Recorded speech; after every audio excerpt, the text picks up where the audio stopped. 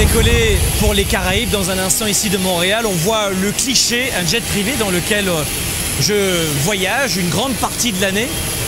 Évidemment, c'est financé par mes entreprises et je loue à l'heure ce type de jet privé pour voyager.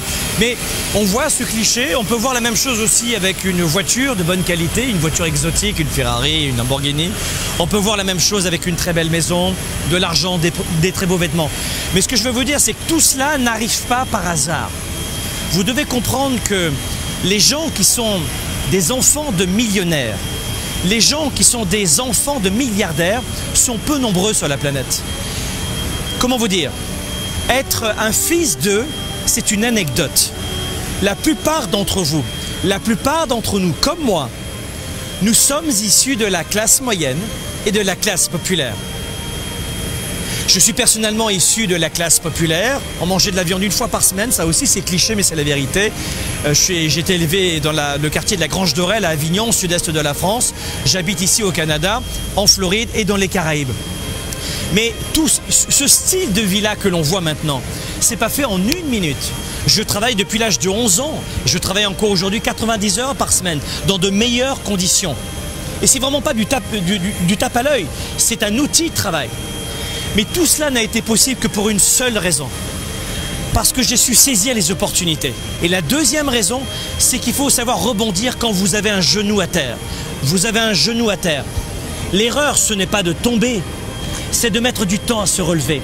Les gens, les entrepreneurs, les sportifs de haut niveau, les artistes de talent, les papas, mamans extraordinaires, il n'y a pas que l'argent, il y a des gens très très heureux et que vous ne connaissez pas et que je ne connais pas. Mais tous ces gens très heureux savent se relever rapidement. L'erreur, ce n'est pas de chuter. Tout le monde chute, tout le monde a des difficultés, tout le monde a des problèmes, tout le monde a des frustrations, tout le monde vit plus ou moins le stress.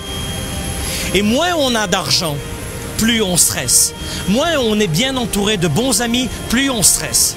Moins on fait le travail que l'on aime, plus on stresse. Mais on est tous passés par là. Je suis pas né avec une cuillère d'argent dans la bouche. Et peut-être que vous aviez plus d'argent que moi, ou moins, durant mon enfance. Mais c'est pas ça qui est important. C'est de vous rappeler qu'il faut saisir les opportunités quand elles passent. Il y a toujours, ça peut être une opportunité avec l'homme ou la femme de votre vie. Cette personne passe devant vous, vous la voyez pas. Et vous dites, je n'ai pas de chance parce que vous n'avez pas saisi cette opportunité. Et vous savez de quoi je parle dans vos relations privées. La même chose pour la santé. Peut-être que vous pouviez avoir une très bonne santé en faisant une marche rapide tous les jours, une course à pied. Mais vous ne le faites pas. L'opportunité, elle était là. On vit tous quasiment, la plupart d'entre nous, dans des pays riches. Le Canada, l'Europe, les États-Unis. Ce sont des pays riches. En Europe, il y a l'assurance santé gratuite. Le Canada aussi. On est quand même privilégiés. Alors, contrairement à certains pays d'Afrique ou d'Asie, où, vous savez, je vous rappelle que le salaire par jour et par personne est de 2,50 $ quand même. 2,50 $ US par jour et par personne, c'est le salaire moyen de la plupart des gens. Et après, les gens vont me dire, je ne peux pas créer d'entreprise, je ne peux pas choisir ma vie parce que je n'ai pas le temps, je n'ai pas d'argent, je n'ai pas les moyens, je n'ai pas les relations, je n'ai pas les connaissances. Mais vous savez très bien que ce sont des excuses qui, à l'âge de 70, 80 ans, une fois que tout sera terminé, ne seront que des remords indélébiles. Il vaut mieux se planter et accepter d'être rejeté des autres parce que vous êtes différent.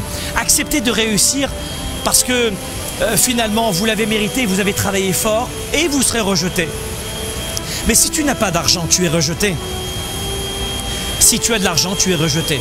Choisis la raison pour laquelle tu veux être rejeté. Mais quoi qu'il en soit, 1, il faut savoir saisir les opportunités et 2, il faut savoir se relever de ses échecs rapidement. L'erreur, ce n'est pas de chuter, c'est de savoir rapidement se relever et de rebondir après chaque coup dur. On a tous des difficultés, c'est la façon dont on voit la difficulté. C'est la façon dont on réagit à l'événement qui va faire toute la différence pour les prochaines années de votre vie.